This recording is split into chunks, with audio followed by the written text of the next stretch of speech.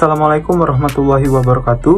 Kami dari kelompok 3 pada kesempatan kali ini akan membahas materi mengenai tanggung jawab dan tujuan audit. Sebelum ke materi, izinkan kami mengenalkan anggota kelompok terlebih dahulu.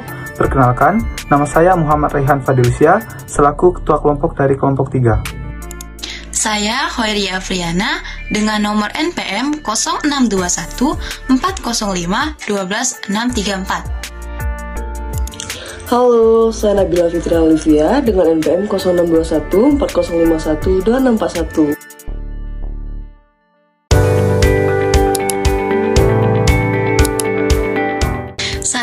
Satu. Tanggung jawab di dalam mengidentifikasi dan menilai resiko kesalahan penyajian material.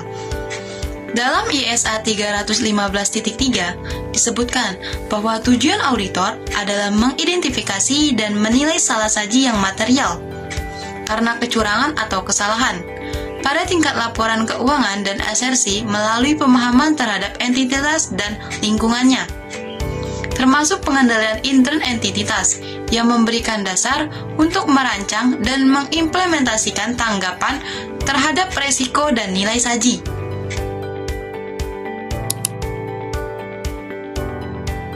1.2. Tanggung jawab di dalam mematuhi etika profesi auditor. Berdasarkan ISA 200.14, auditor wajib mematuhi kewajiban etika yang relevan, termasuk yang berkenaan dengan identifikasi sehubung dengan penugasan audit atas laporan keuangan. 1.3. Tanggung jawab auditor bila terjadi kecurangan. Tanggung jawab auditor bila terjadi kecurangan ini diatur di dalam ISA 240. Berdasarkan kutipan ISA 240.10, tujuan auditor adalah A. Mengidentifikasi dan menilai resiko salah saji yang material dalam laporan keuangan yang disebabkan oleh kecurangan. B. Memperoleh bukti audit yang cukup dan tepat mengenai resiko salah saji material yang dinilai yang disebabkan oleh kecurangan dengan merancang dan mengimplementasikan tanggapan yang tepat. C. Menanggapi dengan tepat kecurangan atau dugaan mengenai kecurangan yang diidentifikasi selama audit berlangsung. Berdasarkan kutipan ISA 240.11, untuk tujuan ISA, istilah berikut mempunyai makna yang dijelaskan di bawah ini. A. Fraud atau kecurangan. Perbuatan yang disengaja oleh seseorang atau beberapa orang di antara manajemen. TCWG atau those charged with governance, pegawai atau pihak ketiga dengan menipu untuk memperoleh keuntungan yang tidak dapat dibenarkan atau keuntungan yang tidak sah atau melawan hukum. B. Fraud risk factor atau faktor-faktor resiko kecurangan. Peristiwa atau kondisi yang mengidentifikasikan adanya insentif atau tekanan untuk melakukan kecurangan atau memberikan peluang untuk melakukan kecurangan.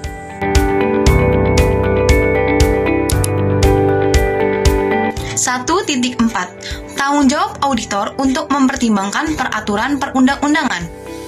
Dalam audit atas laporan keuangan menurut ISA 250, tanggung jawab untuk mematuhi peraturan perundang-undangan merupakan tanggung jawab manajemen dengan pengawasan dari pihak yang bertanggung jawab atas tata kelola untuk memastikan bahwa operasi entitas dijalankan berdasarkan peraturan perundang-undangan, termasuk kepatuhan terhadap ketentuan dalam peraturan perundang-undangan yang menentukan jumlah dan pengungkapan yang harus dilaporkan dalam laporan keuangan suatu entitas.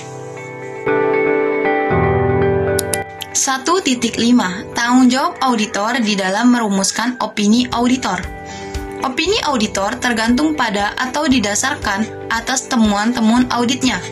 Berdasarkan ISA 700, ISA 700.6 menetapkan tujuan auditor dalam tahapan audit ini sebagai berikut. A. Merumuskan opini atas laporan keuangan yang didasarkan atas evaluasi terhadap kesimpulan yang ditariknya dari bukti audit yang dikumpulkannya. B. Memberikan dengan jelas opininya melalui laporan tertulis yang juga menjelaskan dasar dari opini tersebut.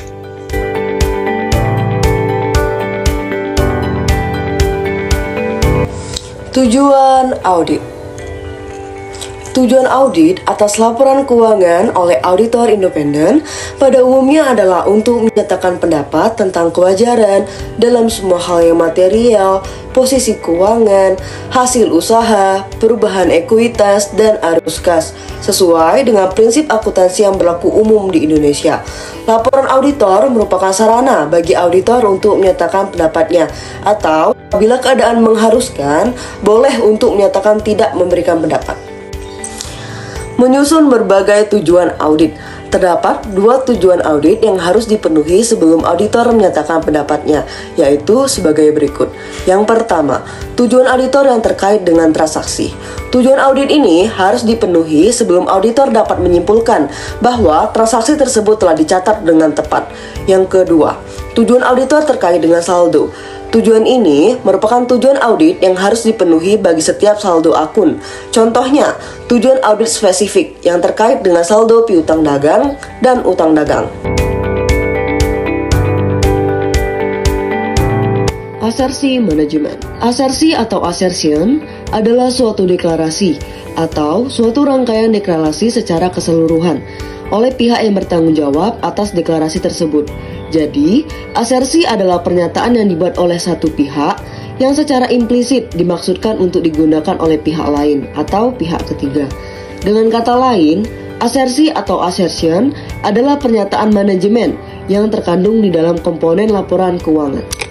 Pernyataan tersebut dapat bersifat implisit atau eksplisit, serta dapat diklasifikasikan berdasarkan penggolongan besar, yaitu sebagai berikut. Yang pertama, keberadaan atau keterjadian, existence or occurrence. Yang kedua, kelengkapan, competences. Yang ketiga, hak dan kewajiban, right and obligation. Yang keempat, penilaian, valuation atau alokasi. Dan yang kelima, penyajian dan pengungkapan, presentation and disclosure.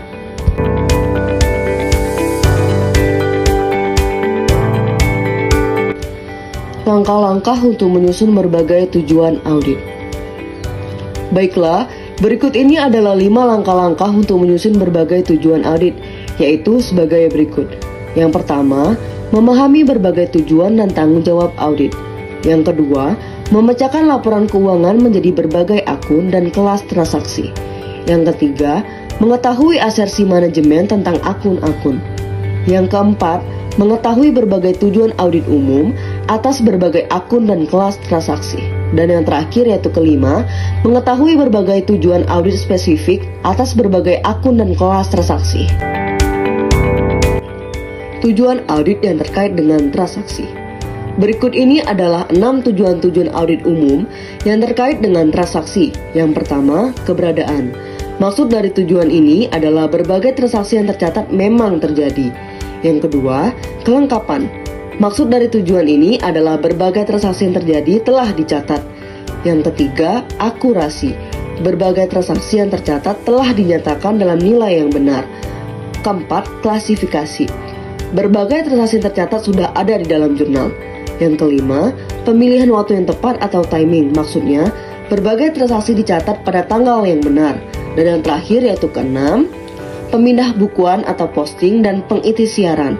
Maksudnya, berbagai transaksi tercatat dengan tepat telah dicantumkan pada master file serta telah diikhtiarkan dengan benar.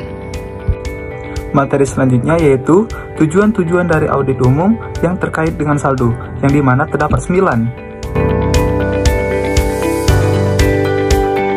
Yang pertama yaitu keberadaan, artinya nilai yang tercantum memang terjadi, yang dimana tujuan ini memastikan dan membahas tentang apakah nilai-nilai yang tergandung dalam laporan keuangan memang harus dicantumkan. Yang kedua, kelengkapan, artinya nilai yang mempengaruhi saldo akun telah dicantumkan, yang dimana tujuan ini membahas apakah semua nilai yang seharusnya tercatat pada suatu akun telah benar dicantumkan di dalam akun tersebut. Yang ketiga, terdapat akurasi, artinya nilai-nilai yang tercantum telah dinyatakan dengan benar. Tujuan dari akurasi sendiri yaitu untuk merujuk pada nilai-nilai yang tercantum sebagai nilai yang secara aritmatika benar adanya. Yang keempat, klarifikasi, artinya nilai-nilai yang tercantum dalam daftar klien telah diklasifikasikan dengan tepat. Klasifikasi sendiri melibatkan upaya untuk menentukan apakah item-item yang tertera dalam suatu daftar klien telah dikategorikan dalam akun-akun yang benar. Yang kelima, terdapat cut-off. Artinya, berbagai transaksi yang terjadi di sekitar tanggal neraca telah dicatatkan pada periode yang tepat. Tujuan atas uji cut-off ini sendiri adalah untuk menentukan apakah berbagai transaksi yang terjadi telah tercatat dan dicatat pada periode yang tepat. Yang keenam, terdapat kaitan. Kaitan merupakan rinci berbagai rincian dalam saldo akun sesuai dengan nilai-nilai pada master file yang terkait, tercakup dalam nilai total saldo akun, dan sesuai dengan nilai total dalam buku besar. Yang ketujuh yaitu nilai yang terrealisasikan, artinya berbagai aktiva dicantumkan dalam sebuah nilai yang diperkirakan akan terrealisasikan, yang dimana tujuan ini membahas tentang apakah saldo akun telah dikurangkan untuk menghadapi penurunan harga perolehan, hingga mencapai nilai bersih yang dapat direalisasikan. Yang kedelapan, terdapat hak dan kewajiban. Sebagai tambahan terhadap keberadaan, sebagian besar aktiva harus dimiliki dahulu sebelum aktiva tersebut dapat dicantumkan dalam laporan keuangan. Serupa dengan hal tersebut, utang pun harus tanggung oleh entitas. Hak selalu berkaitan dengan aktiva, dan kewajiban selalu berkaitan dengan utang. Yang selanjutnya yaitu penyajian dan pengungkapan. Artinya, saldo-saldo akun dan berbagai ketentuan pengungkapan yang terkait dengan saldo akun tersebut telah disajikan dengan tepat dalam laporan keuangan. Sekian video presentasi dari kelompok kami. Saya, mewakili dari kelompok 3, mengucapkan terima kasih atas perhatiannya. Mohon maaf jika terdapat kesalahan dalam kami menyampaikan materi. Akhir kata, kami ucapkan wassalamualaikum warahmatullahi wabarakatuh.